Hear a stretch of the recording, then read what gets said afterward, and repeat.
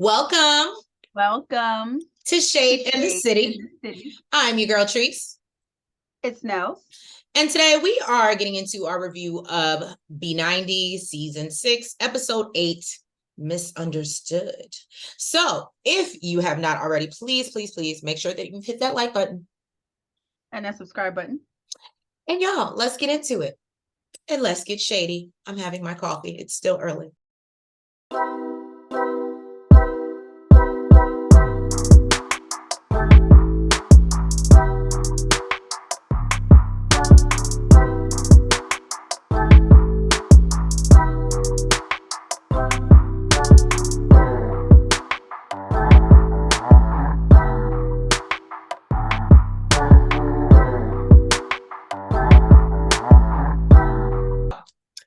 Statler is giving Dempsey all of these compliments, right? And, oh, you're so beautiful, And, Dempsey seems I feel like Statler just seemed to feel better out of nowhere with the thought of possibly getting some sex. It was like sex on the brain. Oh, I don't have the anymore. Like everything's cleared up. Nothing's coming out of both ends anymore. I'm good. Oh yeah, that's true. All of a sudden now she's really good. So they have really extremely awkward silences as they're like on the ride back to their hotel. They exchange gifts when they get back to the hotel, and Dempsey has presented her with some dead insects. But Statler is overjoyed. She loves the gift. She says she thinks it's the most romantic thing she's ever got. Yeah, apparently Dempsey had to detour her trip to get her these special bugs, and some of them from Thailand. They're Thailand. Yeah, bugs. Some of them are from Thailand. So Dempsey's and apparently they smell. That's the most romantic thing that I've ever seen. Yeah, when she said that, literally before she opened the package, she's like, "I smell bugs." I don't think I realized dead bugs had a smell. Again, I mean, everybody got something that they into. So now Dempsey wants to go shower, and Statler is like, she's like, "Are you gonna go shower alone?" I said, "Oh, whoa. Let's bring up the fact that I thought, even though it was a disgusting gift, I thought it was super sweet that Dempsey thought about what Statler might actually want and got it for her. But Statler, on the other hand, got Statler's gift. That's why I forgot about it, because got her a metal bug, a praying mantis. Y'all, this looked like a paper clip. It looked like a paper clip. My thing is folded into a mantis. Why would Dempsey want that? You got her a gift that you would like. At least she got her a gift that she would like. I can tell already that this relationship is going to be low-key one-sided, or not even low-key. So obviously Dempsey declines, and she's like, "No, I can get in the shower by myself." And Statler is just, I don't know, it was giving very thirsty. She's just like looking at her butt the whole time. Huh? It was giving hornball. It was. And I don't know. It was giving. I don't even think that's cute when dudes do it. I was just about to say, this is going to sound so wrong, but when even if a dude is doing it, if she was a dude, we would be like, "Oh, she's creepy." You know what I'm saying? It's not attractive. She's still creepy. Even though she's a girl, it's creepy. It's a lot. So obviously Statler has pent up frustration and is having a hard time because she said Dempsey's butt is shaped like a peach. Now, I don't agree. I don't either. Statler asks if she can kiss her, and Dempsey declines. And so then she takes it a step further and basically asks if there's a chance of happy time. And I said, if she just wouldn't let you kiss her, how do you escalate, or if you can't get past first base, how the hell do you get to the home run? I don't know, but get that bitch some water, because it's getting very thirsty. So Dempsey said, "Huh? She need a lake. Throw the whole body in there. Just right." So Dempsey says that she likes her, but she thinks it's a bit much. And Dempsey says that sex is more intimate for her, and she just ain't giving up her cookies. Just because Statler out here requesting it.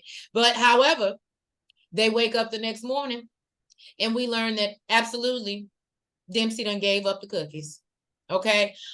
She said, she was concerned because obviously Statler is so, I guess, sexually experienced more than she is. And so, and apparently is into whips and chains and all types of things. So, she said, I ain't really been involved in that before. I wasn't really sure what was going, I said, well, Yeah, she was hey, worried she wouldn't be Statler. able to satisfy her. What I want to know is what Dempsey, no, I'm sorry, what Statler was saying about her being vegan. Apparently it made a difference in the bedroom, but I don't know what the hell she Oh, was we talking all about. know what that means. And I was just like, and granted, but at a certain point, I was like, y'all might as well say it at this point. Because, I mean, we all know what you're talking about. Like, so, but anyway, so no. So, yeah. Dempsey is taking her back to Darlington, where she lives on a farm.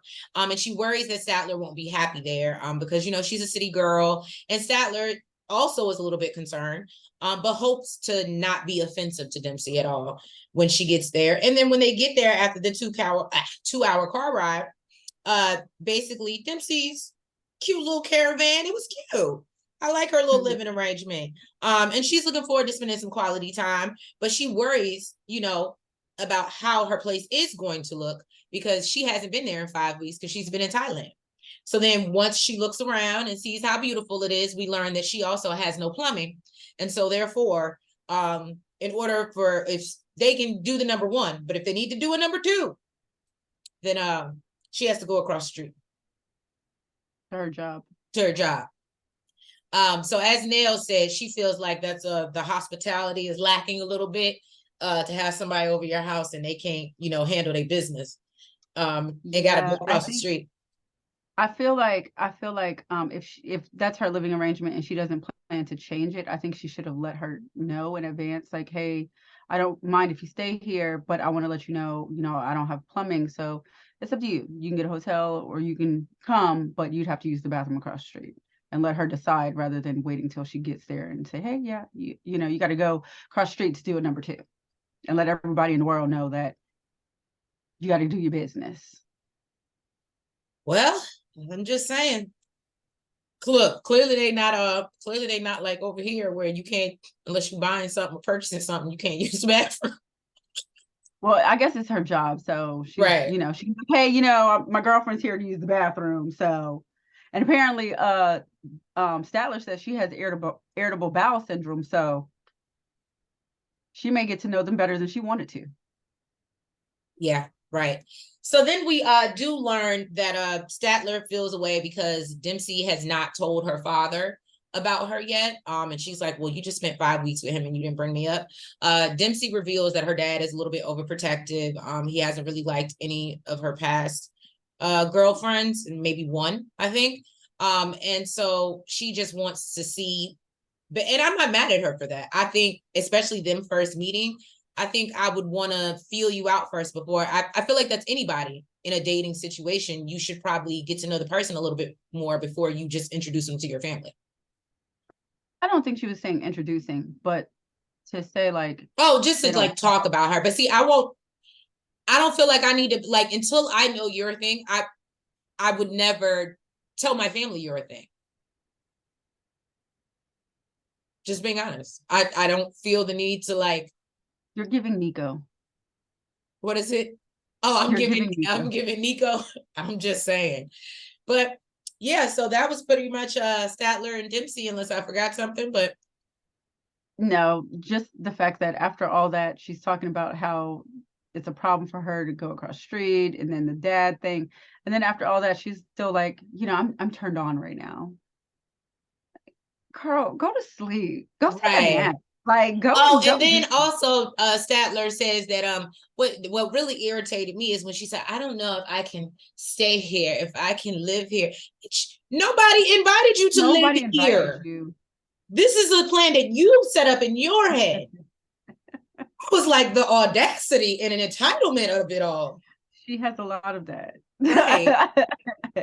And that was Statler and Dempsey for y'all. With a week, okay, Gino and Jasmine. Mm-hmm. With a week and a half of their trip left together, they decide to go see see a therapist because they've been fighting like crazy. They're not having sex, and Gino feels betrayed. Jasmine runs down the history of their relationship to the therapist, and Gino basically says that, you know, she speaks very badly to him, and he recently found out about Jasmine seeing her ex-boyfriend. Then, you know, also finding out about him moving into the same building and that they see each other. So Jasmine said that, you know, they have friendly communication and they talk about Gino, and she decided to become friends because they have amazing communication. But that's not what you said last episode. Right. Last episode, you said that y'all had horrible communication skills. So Jasmine's just making excuses so she can keep I just wish around. that Gino would have been up on it, because he was up on everything else last episode, and I wish he would have just caught on to that. Like, ma'am, that's not what you told me. Right. Tell me what communication was off. But I think Gino's, I seriously think, or at least it appears to me, that Gino is, whatever spell she thought she had over him is definitely no longer working. Dwindling. Right. Jasmine said her frustration is she wants more intimacy, and said she's not satisfied sexually in a relationship, and even, you know, he even rejects her for sex and has made comments about her private parts.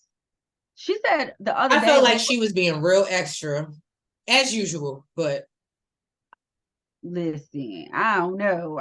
When she said this, she said that they were in the shower the other day and she was trying to be sexy and show off her body, and he started gagging. Because he said, I was trying to have a conversation with her and I don't want to see, and I can only imagine what she was doing. But from the sounds of it, I don't want to see you a twat. And I'm trying to have a conversation with you. Why are we having a conversation in the shower? Well, that, you know, that's neither here nor there. It is, because if we, I mean, we have to consider the setting. If you want to sit down and have a conversation, let's go do it on the bed. Let's go do it at the kitchen table. I'm gonna give you that. But we are naked in the shower. Why are we trying to have a real deal conversation? If anything, your mind should be on this twat. Oh, okay. That's valid. That's valid. But this whole, oh my God, and when I know, what you're not about to do is make some gagging faces while I'm showing it. Okay. Maybe he was wrong for that, but she's just so extra. I'm wrong, Trace. He is giving me real deal, like, other type of vibes. Yes, like Trace said, he said, I was trying to have a conversation. I don't know how that means anything. Look, for once, I'm on Gino's side, but go ahead. Let somebody make some gagging faces to your twat. I wouldn't be trying to do that while they were trying to have a conversation with me. In the shower? I wouldn't have it spread, busted open. In the shower? Not if we're trying to have a conversation in the shower. Girl, ain't nobody trying to have no conversation in the shower. Ain't nobody trying to hear no actual talking in the damn shower. Jasmine says that, you know, all this brings her back to her childhood trauma, and she doesn't take rejection very well. She said that, you know, they like never have sex. Like, they've been together for 2.5 years and only had sex 7 times. I was gonna say she's still on this number 7, and I was like, well, I thought y'all did it the other day, so that didn't make 8. When? Remember? And she was like, oh, and Gino took his little pill and da. Remember? And woke her up, and she was like, and it was in my back. I'm just saying, she look, said maybe that. She was. Look, you know what? She might be one of those. If she wasn't satisfied, it didn't count. Right. She really could be up to 10 or 11 or something. She's like, nope, I'm at 7 because you ain't do nothing. Right. And he said, you know, if you want better intimacy, we need to stop arguing so much, and you need to stop putting me down. And a therapist says that she understands his condition, but he may get the best of her by bonding with her intimately. And Gino said, I'm getting the vibe from you that he really did. I when he called her out, I was like, whoa. He was like, I'm getting the vibe from you that basically you're telling her she really don't need to work on her stuff, and she does. He said the problem is that they were like their intimacy was good before. She said, no, it wasn't. He's the worst sex I've ever had. I said, and he's like, see what I'm saying? And then I'm supposed to be just happy when she bend over in my face. And and nah. he was like, see, this makes me have no desire to want to be with her. Her do better. It ain't working. You ain't rocking nothing. And that's true. Work on it. So the therapist says that she thinks there's a couple different things going on. It's one thing to disagree, but another to insult. Right. And suggests that Jasmine write down her thoughts before just spewing it out at him. And then speaks about vengeance and says it's easier to work on yourself than what the other person can work on. Here she go back to this. I'm surprised Gino ain't say nothing. So even if she's the one, with the explosive behavior, what is it that you can do to work on yourself? Because someone has to put the fire out. This therapist here, I didn't agree with her at all. I was gonna say, that is so funny, because when you were saying it, I was like, I feel like if you were sitting down with that therapist, you wouldn't want to hear anything. Like, you would not be for it. Absolutely not. You would not want to hear that. Like, literally, I just told you that I'm getting the vibe that you're telling her she doesn't have to work on herself. Right. And here we go. Full circle, you're doing it again. Yeah, no, you're telling me to work on myself so that she doesn't explode. What? Right. I need to put the fire, ma'am. She needs to stop starting the fires. Okay, how about that? Okay. And then speaks to Jasmine about Dane. She said, it'll hurt both of them, but if he doesn't want her to talk to him anymore, she won't, because even that it'll hurt both of them. I would have felt so disrespected. I'd be like, you know what? I don't want y'all to be hurt. You stay friends with exactly. Dane. You stay over there. Let Dane pay your rent. Basically, she says nobody else matters to her more than him. And he says that he appreciates her efforts and he's going to try his best to make this work. But what really matters to him is what happens after this session. So we see Amanda and Rosemont. I think that we haven't seen them in like 2 episodes. So welcome back. But I understand why we haven't seen them, because they don't have much to offer. She's fussing at him about coffee, which I was here. My notes say, I get it. It was giving Latrice vibes. Yes, that was very much me. And so Rosemont says that, his time with Amanda has not been what he's expected. He thought that they would be getting it in all over the house and going out and having a great time. And it doesn't really seem like they've been doing any of that. He knows that she's being cautious because she's concerned about her kids, but wishes that she would just basically give in a little. So he tells her he wants to be more intimate, and she tells him basically that, she's on her cycle. And so then he proceeds to say, I want to run a stop sign. Yeah, he wants to run the stop sign. Thank you. That's a great way to say it. And I was just like, no, what got me was he said real men have blood on their swords. What? Now, I've never heard that before. I never heard that either. My only issue, y'all just met each other. Like, I'm not saying I just feel like if that's something that you I said we got a lot to do in a little bit of time, okay? Right. But I just feel like if that's something that you're cool with, it's usually with somebody that you've been with for a while. I can't imagine, like, Rosemont said we got to make this a speedy process. Anyway, okay. Yeah, let's move on. Got a short time to party. So basically, Amanda thinks that Rosemont believes if they have sex that they'll be more connect more emotionally. She says she's still not comfortable, and after losing her husband, and this is where I started to get irritated with her. Even though I've already been irritated with her, especially since she's been with him since she was so young. And then Rosemont tries to buy her a swimsuit, and she tells him she doesn't like it. And then she says in the confessional, no man has bought her a gift since her husband. And I said, okay, stop. You clearly are not healed. You do not need. Why? I even text Nails. I was so irritated. I said, why is she here? Why is she here wasting this man's time? I don't know. And I'm not mad at her. She's clearly grieving, but as her sister pointed out, I don't think she really liked him like that. I really don't. But whatever. Y'all may disagree. Drop down in the comments. Tell me what you think. But I just think he's a distraction for her. Right. So he takes her to, exchange her swimsuit for something that she likes. They start up a conversation with the cashier. Apparently, he's very friendly with her. He was, I guess, telling all of their business when he went to buy the swimsuit. And so, she's asking Amanda, like, oh, could you see yourself living in Bucharest? Could you? And she's like, well, no, I got kids. And then she's like, oh, well, and then the subject comes up of more kids. And he says, oh, yeah, I would like 3 or 4 kids or whatever. And she's like, well, when I before I came over here, I said I didn't want any more kids. And now I feel misled. And I said, oh God. It was just so irritating to me. And the overthinking about a future of someone you can't even really kiss and seem like you like them. And you over here worried about giving him more children. Girl, shut up. You got to have sex to do that.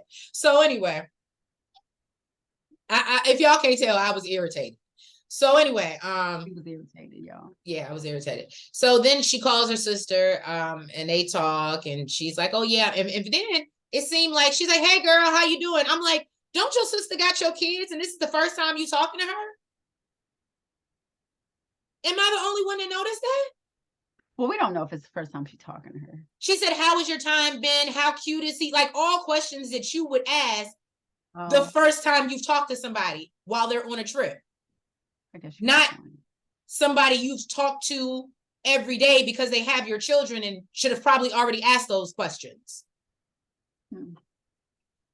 I don't know. I don't know. Maybe it's editing. I don't know.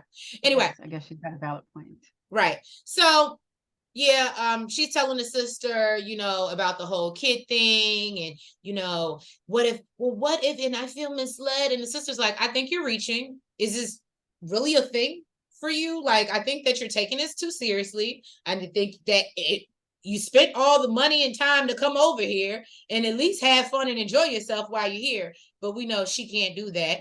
And then she talks about how he wants to come over to America after a week after she leaves, and she doesn't think that he's ready to see her in her mom element. And I said, you've already told him no, but we already know you don't like him.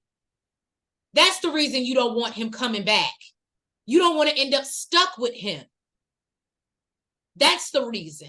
So just tell him that and stop wasting this man's time. I'm done with Amanda and Rosemont. You got anything to add? Nope. Okay, there we have it. David and Sheila are going to head to her house to meet her parents and son, which David is a little nervous about, but he's still excited to see how she lives her daily life. He's also bringing gifts for her son, which means a lot to her. Surprise. Because it's important for them to like each other. Now, she's worried about bringing him to her house because her family is poor and she doesn't want to scare him away. Right. But first, he wants to meet with the ASL translator to help him communicate with her parents. She also doesn't want him to think that that's why she's talking to him, because she needs so much help. She said that too. She said she also doesn't want him to believe that, like, because she is so poor, that's why she's talking. That's why she wants to be with him. Right. Which this really doesn't make her happy. She doesn't want a stranger in their business. And she says that, that's my boo. I got to respect his decision. I'm going to stick beside him. So they meet with the interpreter, Amy. And Sheila is feeling some type of way because Amy is young. She's a woman. She's good at interpreting, and she wishes it was a man. Amy's not impressed with her either. She's like, how long y'all been together and you supposed to love him and you don't know? Sheila only knows a few signs, and if she was dating someone for 2 years, she definitely would have learned his language if she loved him. And look, she said, I learned it in a month. In a month. Ma'am, Ooh, If that was not a read. wait till Sheila run this back and see it, girl. Amy, she coming for I you. can't wait to the tell all. Woo! When Mm-hmm. they play that back, I know she gonna have words for Coming for you. Now, me. Go ahead. so David is interested in Amy's personal life and whether she was married and Now Amy this would have pissed me off too. What does this have to do with what we're doing? at all. At all. I understood her. I understood her in that moment. I was like, why are we talking about that?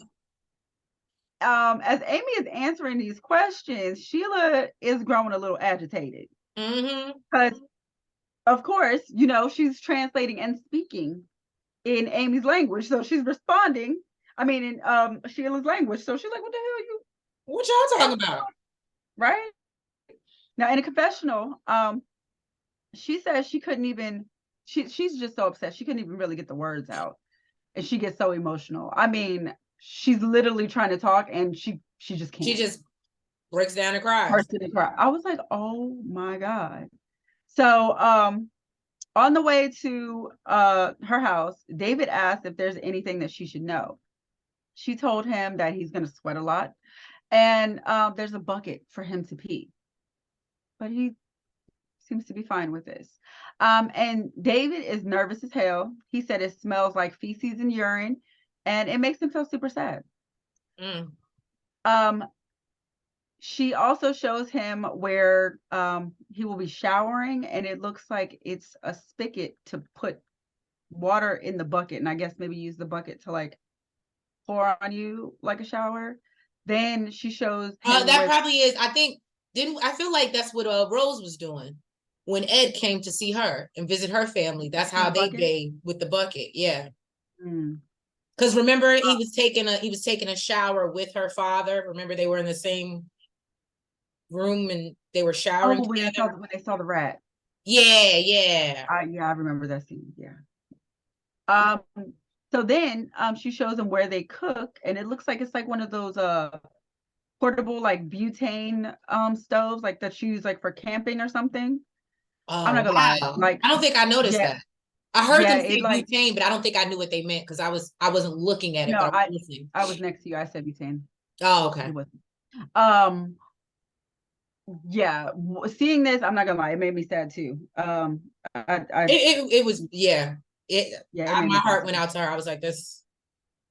So he's shocked to find out the way she lives, like and that she lived that way her entire life, and it really just breaks his heart. So you know, he says that he expected some damage from the typhoon, but this is worse than he thought when he sees the roof and sees the house in its condition. I'll get there.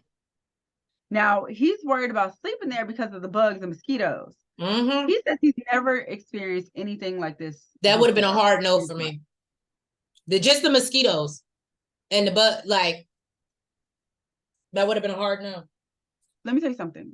I guess he had to go meet the family anyway, but it would have been a hard no when she said you're going to sweat a lot.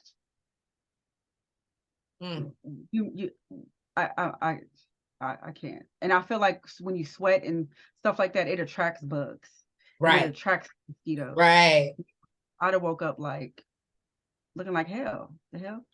So David is overwhelmed. He said that he has so many questions. And the first one being for her daddy and wanted to know, when did he buy the house? Okay, so this is what I wanted to say. I was waiting for you to say that. I think, and we'll get there, Shade Squad, but I feel like her dad, I may be wrong. I think he was offended by that question. You think? And this is just my opinion, but I think that he felt kind of like judged a little bit for him to come over there and be like, yeah, so when did you buy this? I guess that's like a normal question for us here.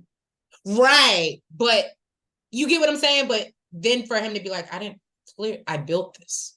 You know what I mean? Like, clearly nobody would pay to live in, you understand what I'm saying? I think he felt, when he asked him that, I think he felt insulted a little bit. That's just me. I may be wrong. I can see where you're coming from, but I mean, as an American, we don't just build houses, and if we do, Right. it still costs a hell of a lot.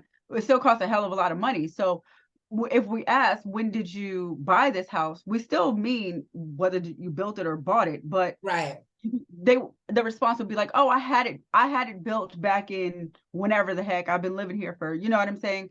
Mm-hmm. So I mean, I hope he wasn't offended by it, because that's such an American question. Right. But I could see the way he shut down after that made me feel, and I mean, there were other obstacles, obviously, but I felt and I like think he was a little bit condescending after that too. Right. You could be, well, Trace might be right. She might be onto something. But yes, he did say that he didn't buy it. He built it. Basically, I feel the dad is like feeling some type of way that David is deaf, because he's like, well, how am I supposed to even talk to him? Right.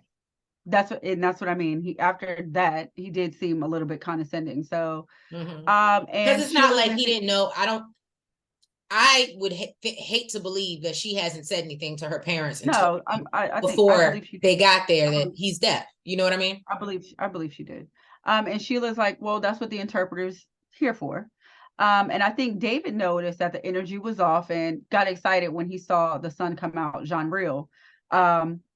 So David gave him this game that he bought for him. He actually seemed to like it. Sheila asked him if he had any questions for David, and Jean Real said, no, he can't talk. I said, well, Jesus Christ. They need, what is it? What do they have at work? Y'all need sensitivity training or something. Right. So he basically said that he don't got nothing to say to him. And Sheila's just disappointed because she wants him to like her family, but she feels like her family is being strange because David is deaf. They go upstairs to go to bed, and they make like a pallet on the floor. And he says that he believes, you know, she feels ashamed to show how she lives, and he can understand why, but it doesn't change anything for him and how he feels about her. Oh. Well, now we are on to Riley and Violet. And it's a very short paragraph, but I think we are seeing the end of Riley and Violet. I don't think we're gonna see him no more until the tell-all. That's just my opinion. Now, Riley is they're in the next episode. So Riley is still demanding that Violet answer Tiffany's questions. As we know, we left them. They were at dinner arguing with his friend on the phone, and she was asking her why she was still on a date now. Now, I love Violet so much because I love how she flipped that around. She said, well, he's like, answer her. She's like, well, no, let me ask you one question. If you weren't on the app, how would you know that I was still on the app? Answer that. Manipulation. I said, go ahead, girl. And so basically she tells Tiffany that she still had the app, but she had lost her phone, and therefore she forgot her password. I thought she said she lost her phone, and so she couldn't remember the password. Because you know how sometimes your phone, like, you can save all your passwords to your phone. She said she deleted the app on her phone and then forgot the password, but she forgot the password. But I still didn't understand what that meant. So basically, like, if you have a profile on something and then you just delete the app, that doesn't delete your profile on it. It was a good lie. I was like, okay. So she's saying she still had a profile, but she's not saying she was live on the app. Right. Active on the app. I mean, I don't believe her, but it was good. It was a good explanation. But obviously they don't believe her either. And Violet tells him that he killed her feelings tonight. Riley basically feels like she shouldn't be mad that his friends have questions. Her family had questions for him, and he had to answer them. And you know what? She decided, I'm done. I'm going back home. You ain't gonna keep mistreating me and thinking you gonna control me. You don't trust me, and I'm just over it. She's like, I'm not forced to answer anything. I'm a whole grown ass. I'm here for Violet's energy, okay? And so he obviously is upset. He calls Tiffany back, tells her that he's done. I'm done. I can't do it no more. It's either Violet's way or the last highway. She showed her ass. And yeah. My thing is, if you wanted to have the conversation, that's fine. But what you're not about to do is agree with me that we ain't gonna bring up no old stuff. Have a good night. Just enjoy. And then you were calling your friend to ambush me. That's what we're not doing. That's what we're not gonna do, sir. Yeah. Yeah, Mm-mm. it wasn't cute. Have fun. Have fun navigating my country by yourself. Right, as the only person of color that you let us know that you've seen. Yeah. And you don't know the language. Good luck. After the great night that they had together in Haifa, Misha is starting to feel like they're headed on the right track.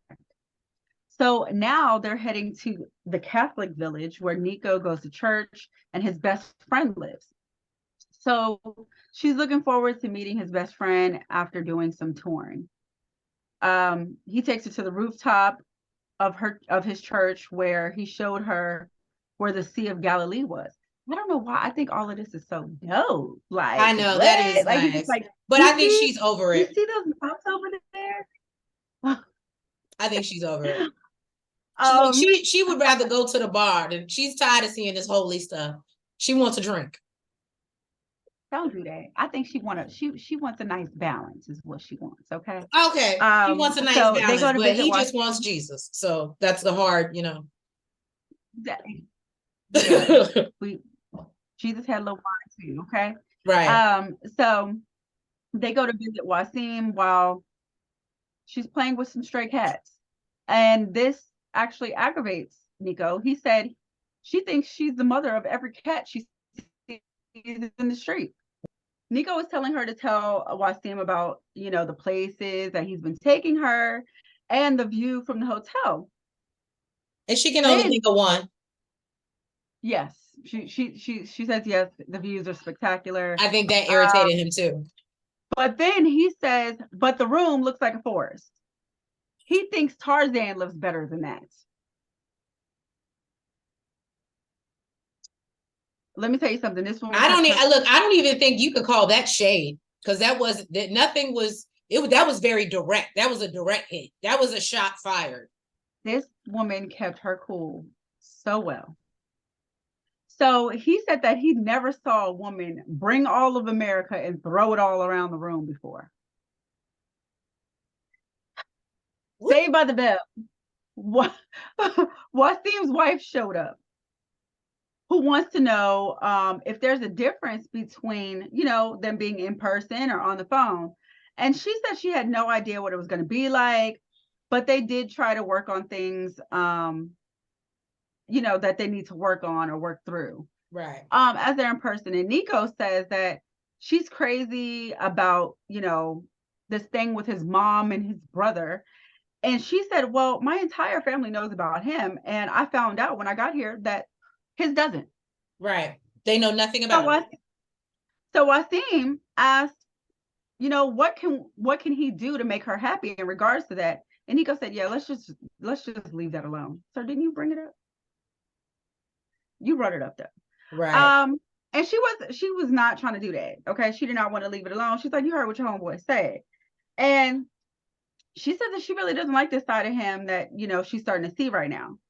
So when they get back to the hotel, or as Nico would say, the jungle, she's pretty upset. She says that she thought he would be more affectionate and excited, that she was there in front of Wasim and his wife, but really she just felt embarrassed. Right. So she tries to express how she feels to him. I don't know why she wasted her good precious time, but and her good beautiful youth. Right. Stop it. So she tries to express how she feels to him and that she wants him to feel proud and excited for her to be there. And he says that he does feel that way. So she starts crying and tells him, and he tells her she's just too emotional sometimes. And basically, I don't care. So she tells him that sometimes he needs to act from his heart. She can't mechanically all the time tell him how to treat her. And he said that he already said he don't plan on changing. He said that he does show her that he cares. What did we do for the last 4 days? Didn't I take you around? Didn't I show you stuff? She said, I don't need a tour guide. Ooh, okay. Let's talk about it. Oh my God. And this man is confused as to what she wants. He's like, I gave you hugs. What else do you want? He said, that she's acting like a victim and she really has no reason to be crying, and tells her that She thinks that he's the only problem when she also has problems, but he keeps his mouth quiet because he wants this relationship to work. He said he doesn't attack like she does. He became humble and absorbed like Jesus on the cross, how he absorbs prosecution. You mean This man persecution? I think he said prosecution. Oh, okay. I don't know. Listen. Look, he might not have all the words, but he has enough. Now he has a laundry list of things that apparently he doesn't like. He said like the 10 hours of her doing her makeup, the messy clothes, but he said I don't say nothing. Woo! He said maybe you need to change your attitude instead of blaming me all day. And she said, I'm telling you how I feel about something, and not once did I attack your character. And says, how am I supposed to tell you how I feel when in response you're going to attack my character? He said, we can talk about this in another 10 years. I'm gonna go take a shower. So she gets emotional, reflecting on how long the relationship has been and all the years, and she done wasted 7 years about the type of person he was. She just cannot believe that this is who she's been investing in all these years. Woo! No, girl, you don't get on the first thing smoking back to wherever the hell you from, and look, go to a club and meet you somebody, girl. I just bless her heart. I don't see it for Nico. I don't. You can't have all these things and be, childish and insulting and condescending and not have a job. She said she thinks that he's not used to being around a woman, and that's really what it shows. It's showing it's absolutely showing. And I hate to say it, he's a perfect example of what happens when you're by yourself too long. He doesn't care about how anybody else feels because he's always been by himself. He comes first. Anyway, yeah, Shade Squad. Well, thank you guys for tuning in. We appreciate you guys tuning into every review, even though, we've been a little late lately, but we appreciate love. So please, if you have said they're going to stick beside us. I know, we appreciate it. So if you haven't already, please make sure that you hit that like button. You comment. You subscribe. And you hit the notification bell. And make sure that you follow us on all the platforms, the TikTok, the Twitter, the Facebook, and the IG. And we will catch you in another couple days with another review of Before the 90 Days. Y'all have a great week. Be blessed. Bye-bye. Good night.